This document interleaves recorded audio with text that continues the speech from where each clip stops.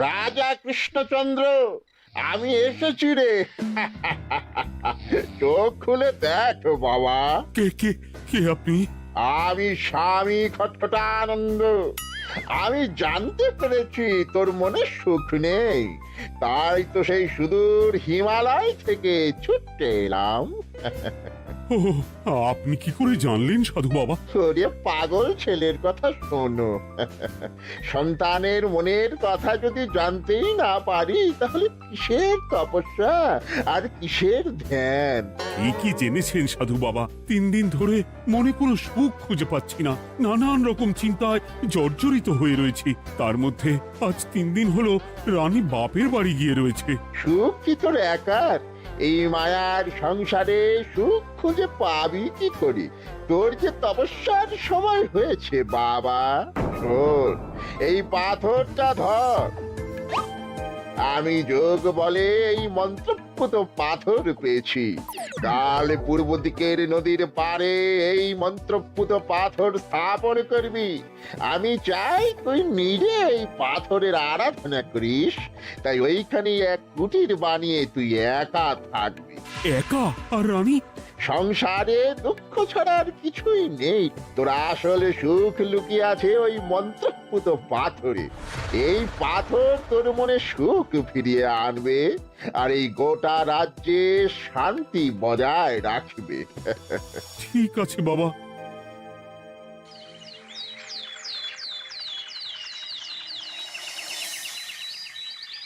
জয় বাবা খটখটানন্দের জয়। কি তার জ্যোতি, কি তার ব্যক্তিত্ব, আহ, কি তার কণ্ঠস্বর! এই মন্ত্রপুত পাথর আমার এবং এই রাজ্যের সকলে সুখ শান্তি ফিরিয়ে আনবে। আজ থেকে আমি সাধু বাবার পরামর্শ মতন এখানেই থাকবো। তোমাদের যার যা যা বক্তব্য আমাকে এখানে এসেই বলবে। কোনো চিন্তা করবেন না মহারাজ, আমি সব সামলে নেব। আপনি নিষ্ঠা সহকারে সাধু বাবার আদেশ পালন করুন। মহারাজ, যার নামেই খট তার কথাই ভরসা করা কি ঠিক হবে? একটা সামান্য পাথর কি করে সুখ ফিরিয়ে আনবে মহারাজ? বিষয়টা কি খটখটানন্দের মতন খটকার নয়? এটা মোটেই সামান্য পাথর নয় গোপাল, এটা মন্ত্রপুত পাথর। আর এসব হচ্ছে বিশ্বাসের ব্যাপার। শুধু তোমার মতন ভাঁড় দিয়ে কি আর রাজ্য চলে? রাজ্য চালাতে গেলে ভক্তি, শ্রদ্ধা, আশীর্বাদও দরকার হয়। ঠিকই, শাস্ত্রে বলে বিশ্বাসে মিলায় বস্তু, তর্কে বহুদূর। কিন্তু মহারাজ, রাজ্যটাও তো চালাতে হবে। আপনি এখানে থাকলে এই রাজ্যের কি হবে মহারাজ? একবার ভেবে দেখুন, সাধু বাবা আসল না হয়ে নকলও তো হতে পারে। দেখো গোপাল, তোমার যদি মনে বিশ্বাস না থাকে তাহলে আমি বলবো তুমি আর এখানে এসো না। তবে সাধু বাবার নামে কোনো বাজে মন্তব্য আমি শুনবো না। আমি চাই না আমার এই অবিশ্বাসের কারণে আমার রাজ্যের কোনো ক্ষতি হোক। আর আমি এই রাজ্যের মন্ত্রী, আমি থাকতে তোমাকে রাজ্য নিয়ে বেশি ভাবতে হবে না। তুমি এখন যাও তো গোপাল, যাও। মহারাজকে আর বিরক্ত করো না। পাল না থাকলে এ রাজ্যের কিছুই এসে যাবে না। আমরা থাকতে নাকি ভাঁড় চালাবে রাজ্য? আচ্ছা, ঠিক আছে, দেখা যাক। তাহলে আসি মহারাজ। হ্যাঁ হ্যাঁ, এসো এসো।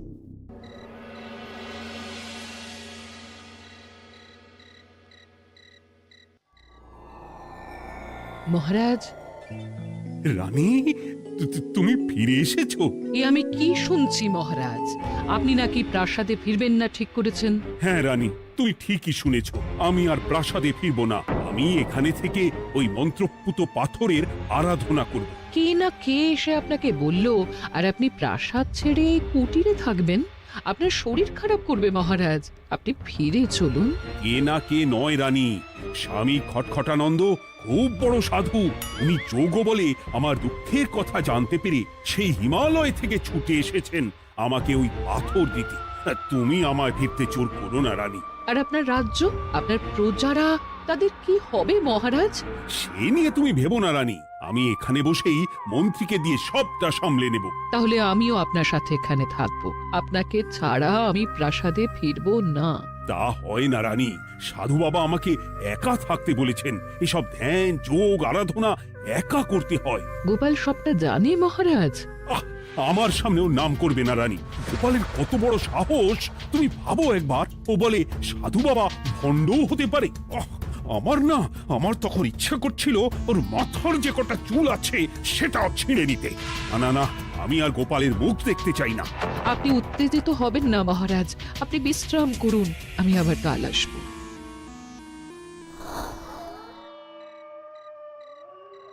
রাতের হাটেও সবজির যা দাম বেড়েছে, এরপর শুধু এক বেলা খেয়ে থাকতে হবে।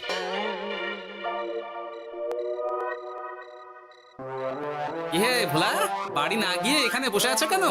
দুঃখের কথা কি আর বলবো তোমায় গোপাল দাদা। বলোই না, শুনে দেখি। সামনে বর্ষা আসছে, বাড়ির ছাদটাও মেরামত না করলেই নয়, কিন্তু আমার কাছে তো এখন এত টাকা নেই। তাই ওই গিন্নির সাথে পরামর্শ করে গেলাম মহারাজের কাছে সাহায্য চাইতে। থামলে কেন, পুরোটা বলো। কি আর বলবো গোপাল দাদা, মহারাজের উত্তর শুনে আমি তো অবাক। সবই তো বুঝলাম ভোলা, কিন্তু আমার যে কিছুই করার নেই। সাধু বাবা বলেছেন আজ থেকেই রাজ্যের সব সুখ দুঃখের দায়িত্ব ওই মন্ত্রপুত পাথরে। তুমি চিন্তা করো না, এক কাজ করো, তোমার সমস্যার কথা গিয়ে ওই মন্ত্রপুত পাথরের কাছে জানাও। আর তোমরাও আজ থেকে তোমাদের যা চাওয়া পাওয়া আছে সব গিয়ে ওই পাথরকে জানাবে। যা করার পাথরই করবেন। একবার যদি ওই সাধুকে হাতের কাছে পাই না, তাহলে ওই পাথর দিয়েই বেটার মাথা ফাটাব। কিছু বললে গোপাল দাদা? না, কিছু বলিনি। যাও, তুমি বাড়ি যাও, চিন্তা করো না, দেখি কি করা যায়।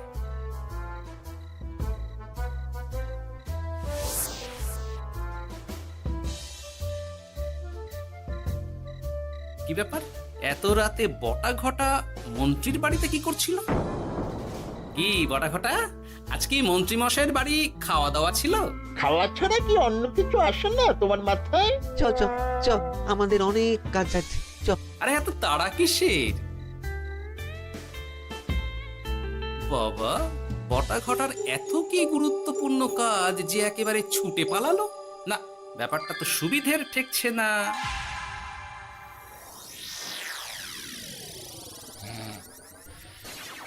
রাজা কৃষ্ণচন্দ্র, ওঠ বাবা, আমি এসেছি। সাধু বাবা, আপনি এসেছেন? কেমন আছিস বাবা? ভালো আছি বাবা, তবে মনে এখনো পুরোপুরি সুখ খুঁজে পাইনি। সুখ কি তোর একার? কি করে সুখ পাবি বাবা? এখনো তো তুই তোর সব আসক্তি থেকে মুক্ত হতে পারিসনি। আর কি কি করতে হবে আমায় বলে দিন বাবা। একটা কাজ বলবো, করতে পারবি? বলুন বাবা, আপনি যা বলবেন আমি তাই করব। এই রাজপাট তুই ছেড়ে দে, এসব থেকে নিজেকে মুক্ত করে তুই তোর সাধনায় মন দে, দেখবি তার ফল তুই পাবি। কিন্তু তাহলে রাজ্যের কি হবে? কে দেখবে সাধু বাবা? কেন, তোর মন্ত্রী, ওর থেকে ভালো লোক তুই আর পাবি না। ওই হচ্ছে তোর আসল শুভাকাঙ্ক্ষী, আমি যোগ বলে জানতে পেরেছি। আচ্ছা, তাই হবে।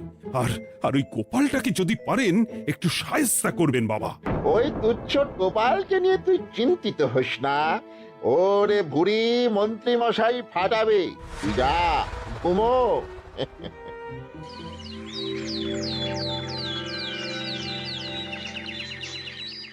শোনো শোনো শোনো, আজ থেকে মহারাজ কৃষ্ণচন্দ্রের আদেশে এই রাজ্যের ভার এই রাজ্যের মন্ত্রীর। আর মহারাজ নিজে তার কুটিরে নিরিবিলিতে থাকতে চাইছেন। উনি চান না কেউ ওনাকে বিরক্ত করুক। তাই আজ থেকে যার যা সমস্যা সবাই মন্ত্রী মশাইকে জানাবে। মন্ত্রী মশাই যাকে যা বলবেন তাকে তাই শুনতে হবে। শোনো শোনো শোনো। না, মহারাজকে থামাতেই হবে, না হলে বড় বিপদ হয়ে যাবে। যাই।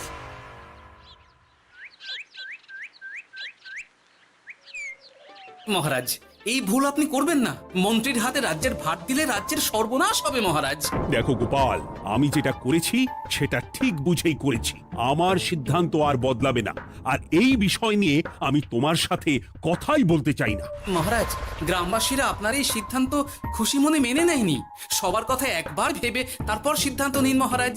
একজন বাইরের লোকের কথায় কোনো সিদ্ধান্ত নেবেন না দয়া করে। গোপাল, তুমি যদি সাধু বাবার সিদ্ধান্তে প্রশ্ন তোলার চেষ্টা করো তাহলে আমি বাধ্য হব মন্ত্রীকে বলে এই রাজ্য থেকে তোমায় বিতাড়িত করতে।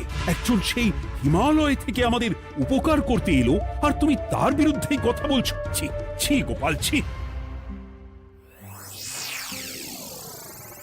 মজা কি মজা, শুধু মুদ্রা, শুধু মোহর, যেদিকে তাকাবো শুধু সোনার মোহর আর সোনার মোহর। তুমি কি পাগল হয়ে গেলে?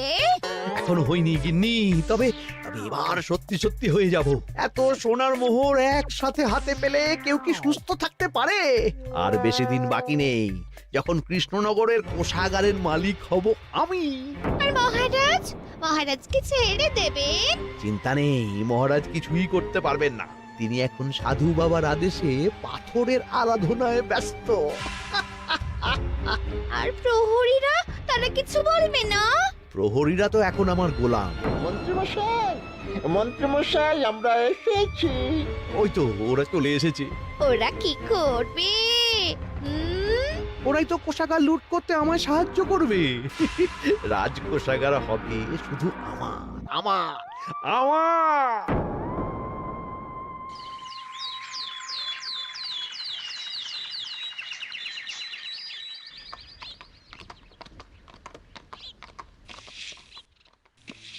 গোপাল, রানীমা, আপনি আমায় ডেকে পাঠালেই তো পারতেন।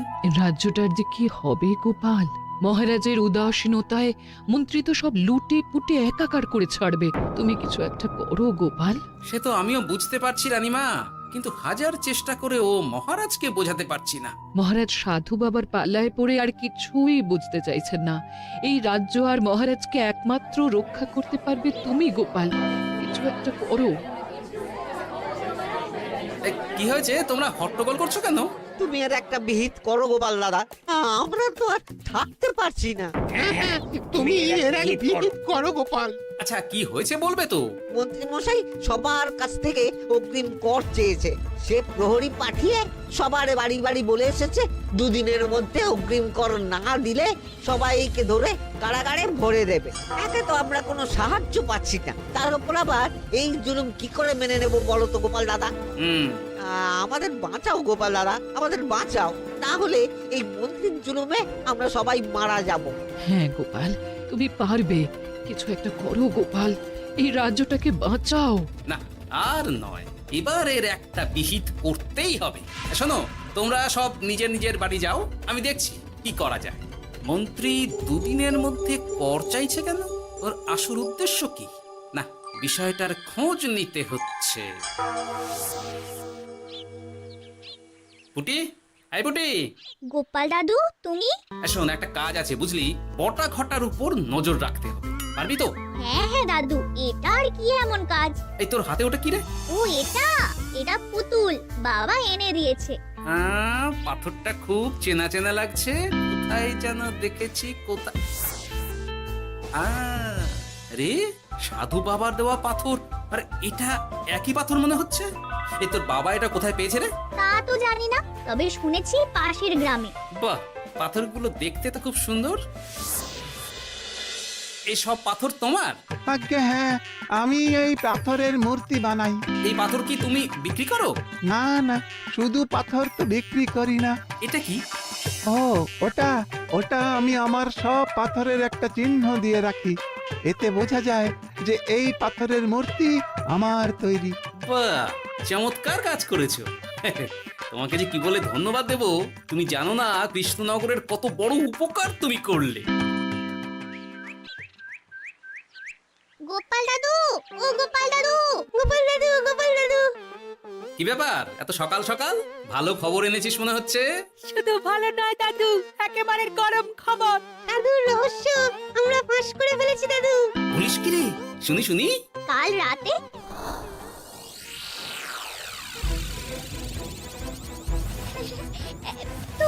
এত সোনা, এত মোহর আমি একসাথে কোনোদিন দেখিনি। ও, এইসব আমাদের? হ্যাঁ গিন্নি, হ্যাঁ, এই সব আমাদের, সব। ওরে বাবা, আমার তো বিশ্বাসই হচ্ছে না, ভাবলেই গায়ে কাঁটা দিচ্ছে। রে বটা, আজ সাধু সেজে মহারাজের কাছে গেছিলি? হ্যাঁ, মহারাজ তো আজ প্রায় পা ছুঁয়ে প্রণাম করতে যাচ্ছিলেন, ওই কোনো মতে ঠেকিয়েছি। বলেছি প্রণাম নেওয়া আমার গুরুর বারণ আছে।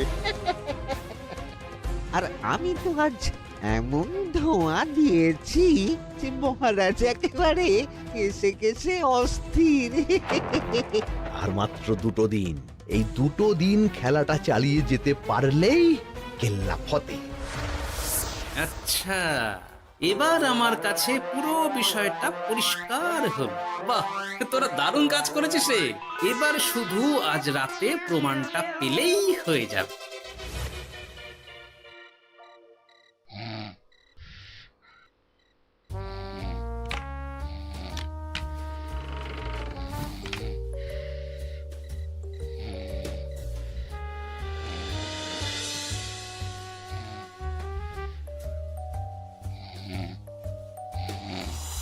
এই তো একে একে 2 মিলে যাচ্ছে। বাবা বাবা বাবা, এবার খেলা জমবে।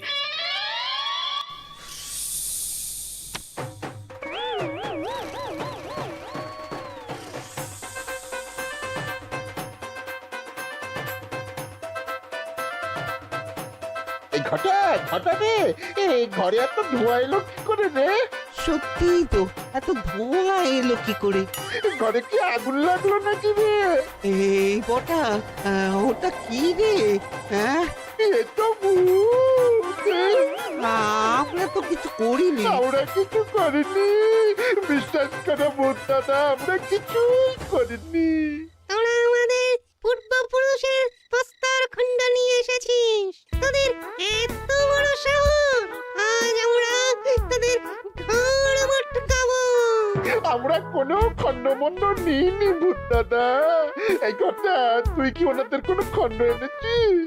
না না না না না, আমি তো অমন কিছু আনিনি।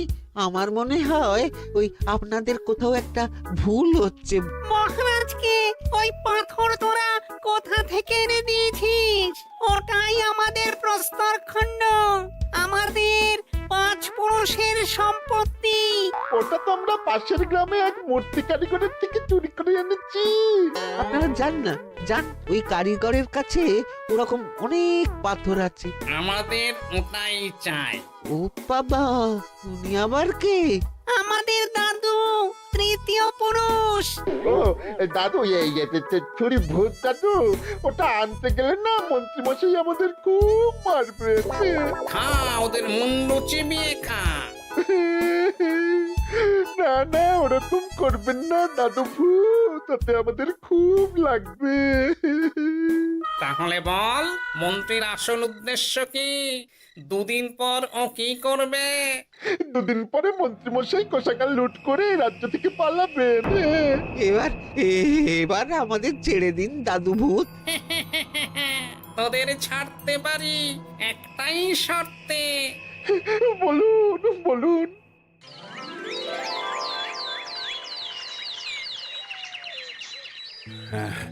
রাজ্যের পরিস্থিতি কি? প্রজারা সবাই ভালো আছে তো? হ্যাঁ মহারাজ, সেসব নিয়ে আপনি একদম চিন্তা করবেন না। বাবা, আপনি এসেছেন? হরে কৃষ্ণচন্দ্র, একটা কথা তোকে না বলে আর থাকতে পারলাম না। এটা আবার কে রে? বলুন বাবা। এই মন্ত্রীকে এই রাজ্যের দায়িত্ব দিতে বলে আমি বড় ভুল করেছিলাম। আসলে এই মন্ত্রী হচ্ছে চোর, ও তোর কোষাগার ভাঙা করে পালাবার মতলব করেছে। কি বলছেন বাবা? মন্ত্রী, উনি যা বলছেন সব সত্যি? না না মহারাজ, এই বটা কি হচ্ছে কি? বটা? তো তুমি সাধু বাবাকে বটা বলে ডাকছো কেন? আমি বলি কি বাবা, এই মন্ত্রীকে তুই শুলে দে। বটা, তুই থামবি? আমার খেয়ে আমায় ছুরি মারা? ওর কথা আপনি বিশ্বাস করবেন না মহারাজ, ও সাধু নয়, ও ভণ্ড। মানেটা কি? মন্ত্রী মশাই ঠিকই বলছেন মহারাজ, ও সাধু নয়, ও কৃষ্ণনগরের বটা। এসব আপনার আদরের মন্ত্রীর কাজ মহারাজ। মন্ত্রী আপনার রাজ্য লুট করার মতলব করেছে, তাই বটাকে সাধু সাজিয়ে আপনার মন জয় করে প্রথমে আপনাকে প্রাসাদ থেকে তাড়িয়েছে, তারপর রাজ্যপাট নিজের হাতে নিয়ে কোষাগার হাতিয়েছে। আর এই পাথর কিসের গোপাল? পাথর? পাথর এই কারিগরের মহারাজ। উনি পাশের গ্রামে এই পাথর দিয়ে মূর্তি গড়েন। মন্ত্রী বটাকে দিয়ে এই পাথর চুরি করিয়েছিল।